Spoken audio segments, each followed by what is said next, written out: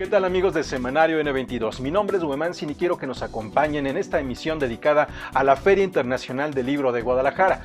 Bueno, en realidad yo estoy en mi casa igual que todos mis compañeros porque por la pandemia la feria ha tenido que hacerse a la distancia. Canal 22 sigue cubriendo las actividades y por supuesto Semanario N22 no se puede quedar atrás, como tampoco Noticias 22 Digital. Eso es lo que vamos a compartir con ustedes, lo que está ocurriendo en Guadalajara con escritores de todo el orbe. Para comenzar, vamos a ver cómo ha sido esta transición del espacio físico al virtual.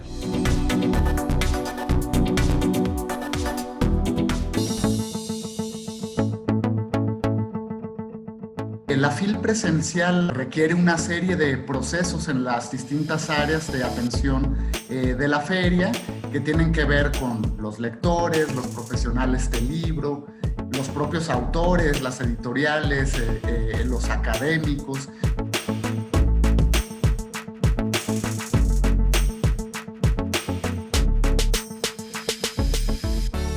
No pudimos hacer la versión presencial de la feria y nos abocamos al ámbito virtual.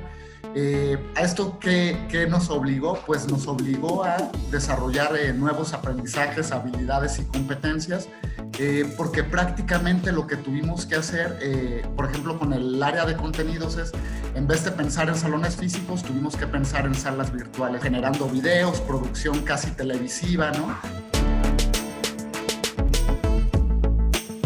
Muchos de los 828,000 visitantes que van a la feria lo hacen para comprar un libro de alguna de las actividades que estamos presentando. Entonces nosotros nos preguntamos, ¿cómo vamos a suplir eso? Y bueno, lo que se nos ocurrió fue algo muy simple, pero creemos que puede dar resultado, y es una medida de buena fe para apoyar a los expositores que normalmente acuden a la feria. Lo denominamos mercado del libro. Hubo todo un trabajo detrás de parte de mis compañeras de la dirección de contenidos, y debo decir que los autores, los académicos, los divulgadores de la ciencia que participan este año en la feria han sido muy generosos con nosotros. Parte de la logística que desarrollamos fue que no nos podíamos ir con las 300 actividades en vivo, ¿no? Porque iba a ser un problema que no queríamos enfrentar, porque eso iba a estallar si nos íbamos haciendo. Lo que decimos es 40% de las actividades, más o menos, poquito más, poquito menos, las hicimos pregrabadas a lo largo de estas últimas 3 semanas. Yo creo que lo que ganamos es el aprendizaje y la certeza. Ya lo sabíamos, porque los lectores, los visitantes de la feria están muy orgullosos de su FIL. La ciudad de Guadalajara está orgullosa de su FIL. Y vemos con mucha alegría cómo en las redes sociales la gente es muy participativa, le demuestra un amor irrestricto a la FIL. Esa conexión que antes teníamos muy de cerca y que quizá infravalorábamos por tenerla tan presente, pues ahora vemos que es un vínculo muy entrañable, y vemos que efectivamente ahí está una de las fortalezas de la FIL. Vamos ahora con algunas de las novedades editoriales presentadas en la Feria Internacional del Libro de Guadalajara. Esta es una coedición entre la UNAM y Páginas de Espuma dedicada al cuento. ¿De qué se trata? De esta maravillosa colección literaria que lanzó la UNAM llamada Vindictas. Mujeres que habían publicado hace algunos años y que por criterios editoriales y también por favorecer a otros escritores hombres habían quedado en el olvido. Ahora son recuperadas y, como cualquier obra de arte a la distancia, se revelan estas maravillosas escritoras. Bueno, lo que vamos a ver a continuación tiene que ver con escritoras de América Latina. Con esto vamos a la pausa.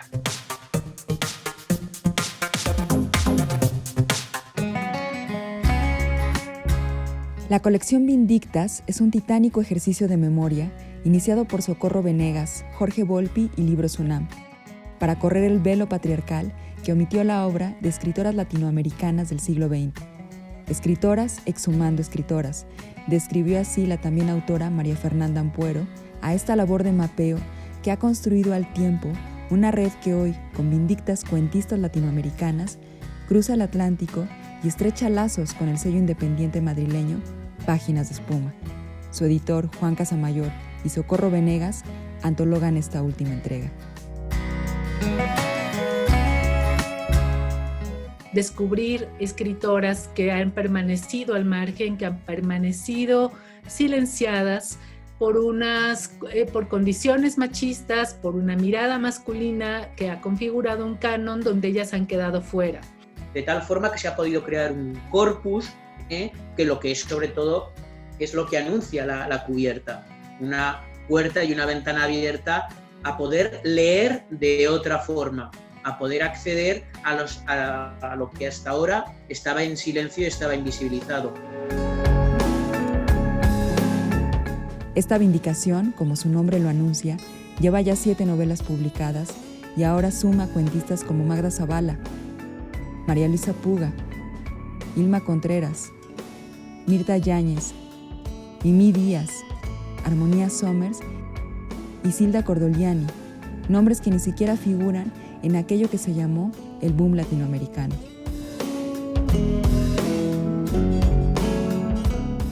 La pregunta que aquí debe ocuparnos es si de verdad hemos leído la mejor literatura latinoamericana del siglo XX. Ni todo lo que brilla es oro, ni todo lo que explota hace boom. Es decir, no todo lo que se escribió hizo boom.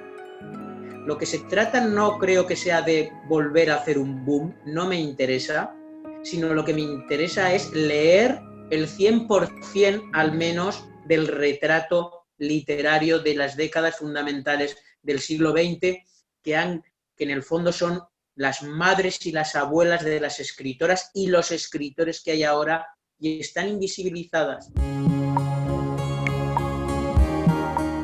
Y aquí es donde esta colección de cuento y novela tiene también otras lecturas, porque al tiempo que se visibiliza el trabajo de esas abuelas y madres literarias, se pone sobre la mesa qué tanto de lo que producen hoy las autoras contemporáneas circula en la región.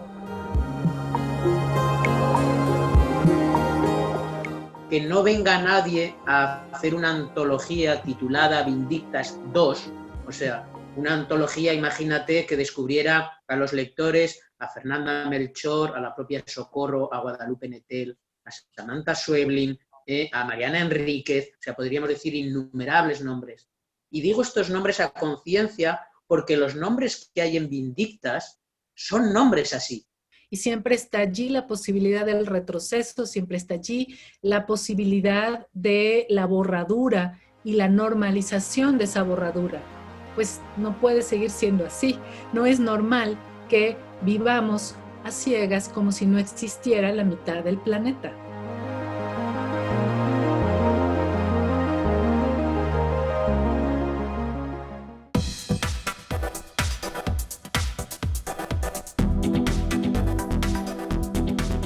Continuamos aquí en Semanario N22 y ahora vamos a hablar de la obra de una escritora y periodista catalana, Ana Balbona. Ella habla del periodismo como la forma en la que de inmediato puede hacerse una investigación y a partir de esa investigación después hablar de una novela en donde ella ha estado trabajando también en los últimos años. Vamos a conocer parte de su proceso creativo y también algo a propósito de su más reciente obra.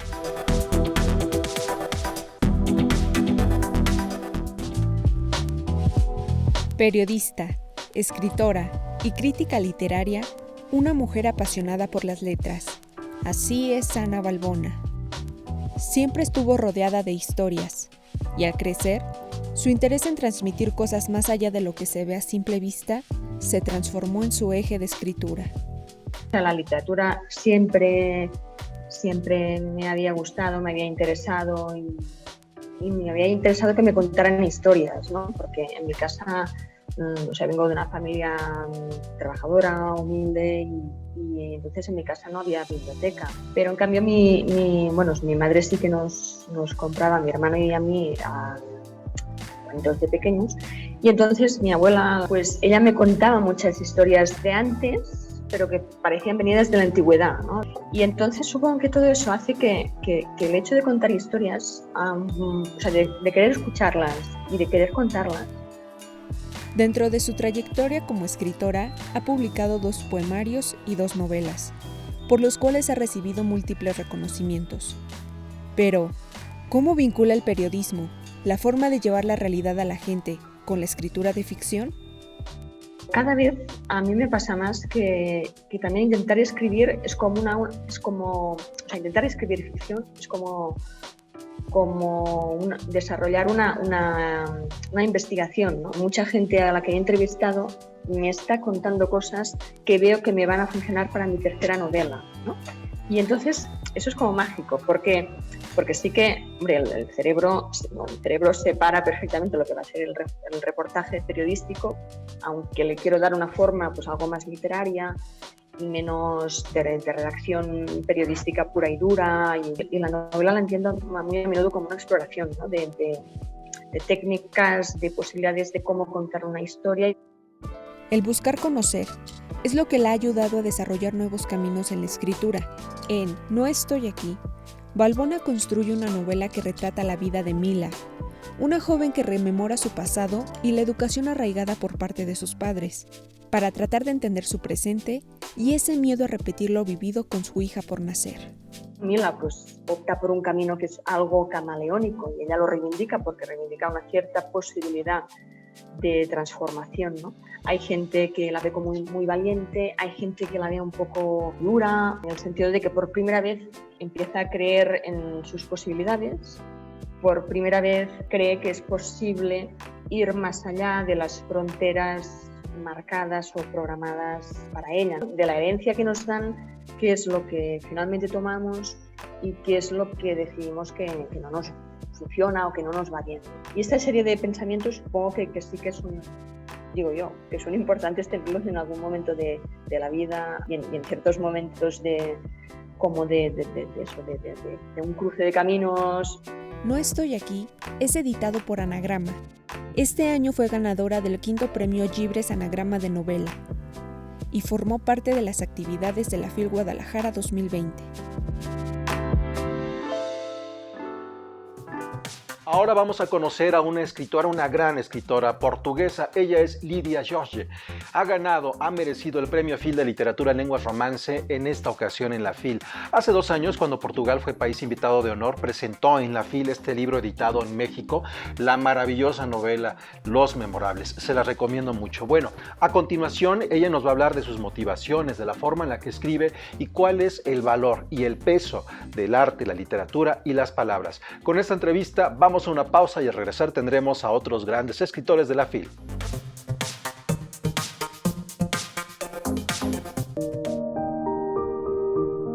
Lídia Jorge, muy joven, vivió en África. Fue ahí donde conoció la realidad colonialista de su país, Portugal, gobernado por una larga dictadura militar. Esa experiencia ha sido nuclear en su persona y en la escritora en la que se convirtió. Portugal, un pequeño pueblo, una pequeña nación, un pequeño país, se ha transformado en un país democrático, pero ha sido muy duro para nosotros. Salirnos del pensamiento dictatorial ha sido muy difícil.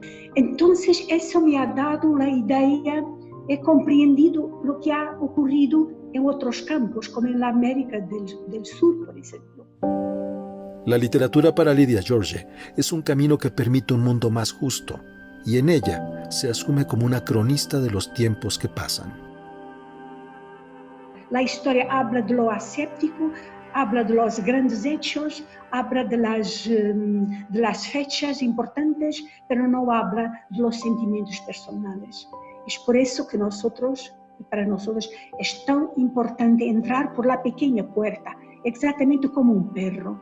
A escondida no comemos sino los huesos y estamos debajo, atentos, escuchando las pequeñas cosas que caen de la mesa. Como a própria definição o diz. La autora de Los Memorables comenzó a escribir desde los 9 años. Al ser hija única en un pueblo pequeño, es en la recopilación de historias donde encontró el diálogo. Por ello no es difícil entender esa habilidad para escuchar a sus personajes. Y es verdad que escuchar a la gente ha sido para mí siempre un gran placer. Tan grande que siempre incorporé las voces en mis escritos. Yo soy una escritora que puede decir antena, lo que significa que capto en el aire las voces de la gente es lo que está ocurriendo. No quiero decir, no voy a decir que no tengo profundidad, no quiero decir porque también no lo creo, pero mi temperamento es un temperamento de acogimiento, acogida de las voces alrededor de mí. En su primera novela, El Día de los Prodigios, aún no traducida al español, buscó centrar su atención en las personas de historias modestas y cotidianas. Mientras que su primera novela, Escoral, la obra que actualmente escribe es diferente. La asume como una rara avis en su trayectoria. Misericordia va a ser un libro que estoy escribiendo particular en el conjunto de mis libros, porque ha sido un libro que mi madre me ha pedido que escribiera. Entonces, lo que voy a hacer es un libro completamente diferente de mis otros libros. Voy a intentar transformar sus últimos diarios en un relato íntimo, imaginando un viaje por la cabeza de una mujer mayor que se ha muerto niña. La mágica experiencia de la metamorfosis por el arte es lo que más le gusta a la ganadora del Premio Phil 2020. Por ello, confía tanto en la escritura como en la lectura para acercarnos y así, en lugar de adivinar al otro o la otra, imaginarlo mejor. Cuando uno empieza a escribir, uno quiere ser todo. Un escritor quiere ser hombre, quiere ser mujer, quiere ser viejo, quiere ser nuevo, quiere ser niño, quiere ser adulto, quiere ser incluso cosas. Nosotros cuando escribimos queremos ser las paredes de la casa, imaginando que oyen cosas. Nosotros queremos ser aproximados de la ánima del mundo. Queremos ser todo. No queremos ser simplesmente hombres o simplesmente mujeres.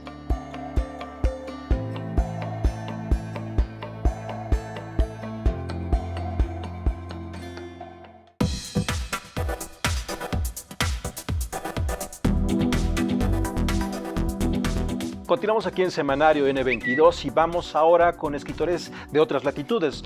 Vámonos hasta Argentina con una escritora maravillosa que en su primera novela ofreció un relato tan brutal como luminoso. Se trata de Dolores Reyes y su novela Come Tierra, una novela que habla lamentablemente de esta violencia que, más que parecer ficción, es parte de nuestra realidad.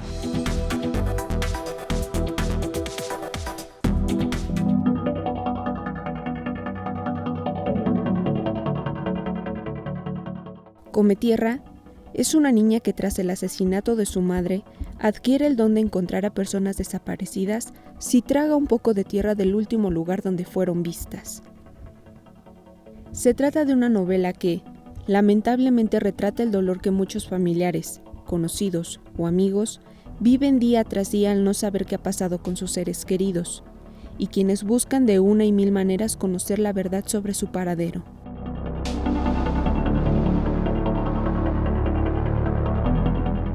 Ver las desapariciones y los asesinatos de chicas y de mujeres uno atrás del otro y sentir que no importaban, ¿no? Que eran un número más, apenas una mención mínima en el noticiero o muchas veces una suerte de espectáculo morboso una vez asesinadas. Y siempre yo sentía que esas chicas que descalificaban de esa forma, a mí me importaban muchísimo, que eran vidas hermosas, con un montón de sueños, con todas las posibilidades, ¿no? Truncadas por la violencia del mundo de los adultos. Entonces eso a la hora de escribir, bueno, fue muy, muy difícil y doloroso llevarlo al papel, muy incómodo.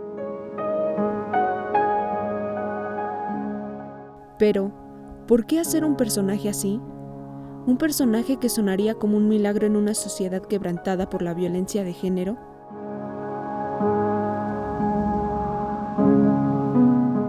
Hay muchísima necesidad ahí, ¿no? Necesidad justamente de buscarlas, necesidad de que las busquen, necesidad de que se valoren esas vidas, necesidad de cerrar un ciclo, algo absolutamente humano, ¿no? Uno nace, uno crece, uno piensa que va en todo caso a enterrar a sus padres, o a sus tíos, o a sus mayores, a sus abuelos, Y acontece en nuestra Latinoamérica que muchos padres y madres entierran a sus hijos, o aún peor, ¿no? Buscan entre los terrenos, entre los basurales, entre los huesos de otros animales con las manos, a ver si encuentran un pedacito ínfimo de sus hijas.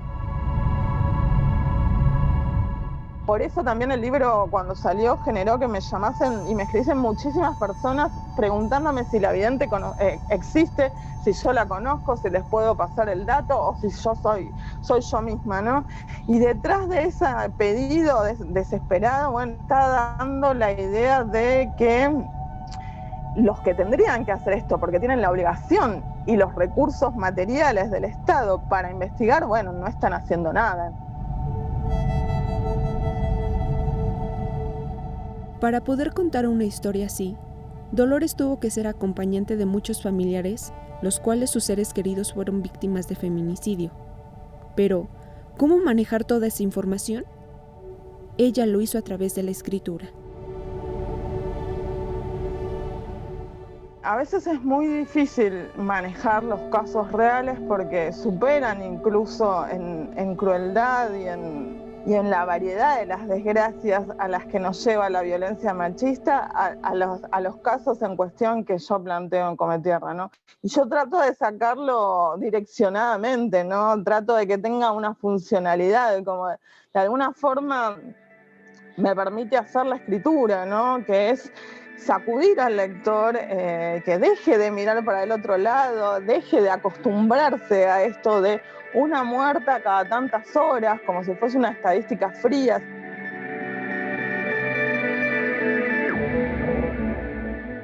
Cometierra es la primera novela escrita por Dolores Reyes. Una novela que retrata la realidad de nuestro México y de muchas partes de Latinoamérica.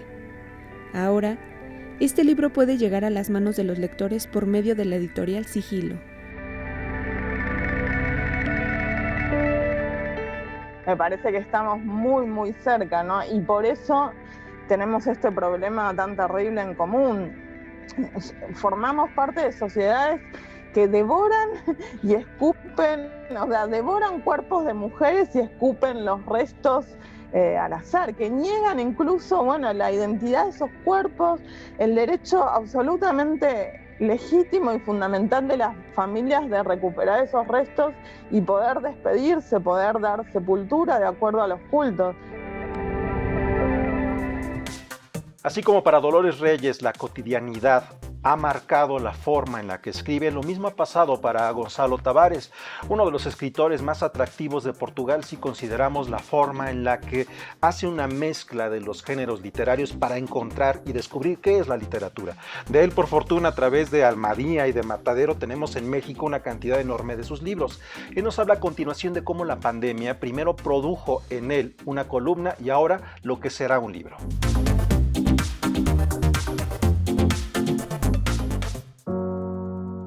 Frente a las noticias de horror que vivía Italia a principios de este 2020, cuando nada se sabía de la pandemia, hubo incertidumbre en el mundo a la espera del contagio. Eso vivió Gonzalo Tavares, participante del Festival de las Letras Europeas en la Feria Internacional del Libro de Guadalajara 2020. Uno de los escritores portugueses más destacados de su generación, que escribe sin pensar en el género literario y piensa que el lector tiene un trabajo tan importante como el autor. Pero, ¿qué pasa cuando la realidad toca a la puerta y no se puede escribir? En ese momento, Tavares le propuso al periódico de su país, El Expreso, escribir una columna diaria del 20 de marzo al 20 de junio de este año, titulada Diario de la Peste, que se leyó en todo el mundo. Entonces, eso me parece que con el tiempo va a ganar más fuerza, ¿no? Entonces, yo no podría hoy escribir sobre los días de marzo como ha escrito en marzo. Yo estaba escribiendo directamente en la actualidad, terminaba por veces a la medianoche tremendo, muy cansado, muy fatigado. Al fin de 70 días estaba muy fatigado, mas siempre escribiendo por vez escribiendo sobre algo que estaba viendo una hora atrás. Para Tavares, quien gusta alejarse de su entorno de cuando en cuando para poder escribir, esta columna significó cambiar su dinámica y estar permanentemente conectado con los hechos. Yo diría que la pandemia es tal vez el gran evento global que vaya a marcar generaciones. Entonces, yo y muchos otros ciertamente no podremos escribir de la misma manera. Vamos a escribir sobre los efectos de la pandemia y probablemente de aquí a muchos años se podrá hacer cosas muy fuertes sobre la pandemia. Mas para mí los diarios de la pandemia ha sido un momento muy importante para mí a todos los niveles. Tavares es cuidadoso con sus palabras. No considera que las circunstancias de la pandemia sean como vivir una conflagración bélica. Sin embargo, a diferencia de la Segunda Guerra Mundial, hoy el impacto es absolutamente a todas las personas y su modo de vida ha quedado trastocado. Esperemos que de esta pandemia al final salgan libros cada vez mejores, más acima de todo una sociedad mejor. Tengo mis dudas. No soy un optimista, la estimo, pero no soy un optimista. Pienso que la arte va a cambiar, la sociedad y el hombre también individual va a cambiar. No sé si estoy más optimista en relación a la arte. Pienso que podrán salir cosas fuertes. Una otra hipótesis más optimista sería que una grande fiesta en la próxima década, una fiesta de alegría, de reencuentro. Pienso que también irá a existir. Juntamente con el resentimiento negativo, pienso que habrá un sentimiento de fiesta y de agradecimiento también por regresar a cosas muy simples como estar con nuestros padres y madres, etc. Vamos a ver. La serie de columnas El Diario de la Peste de momento no tiene planes de ser editada en formato de libro. Sin embargo, Gonzalo Tavares busca que sea posible el año entrante, tanto en su país como en México. De esta manera llegamos al final de Semanario N22. Las actividades de la Feria Internacional del Libro de Guadalajara van a continuar en línea, así que los invitamos, si están interesados, poder ver estas conferencias, participaciones, en fin, entrevistas, muchas cosas más que va a haber no solamente en la feria, sino también a través de la pantalla de Canal 22. Así que con esta invitación nos despedimos y nos vemos en una próxima ocasión.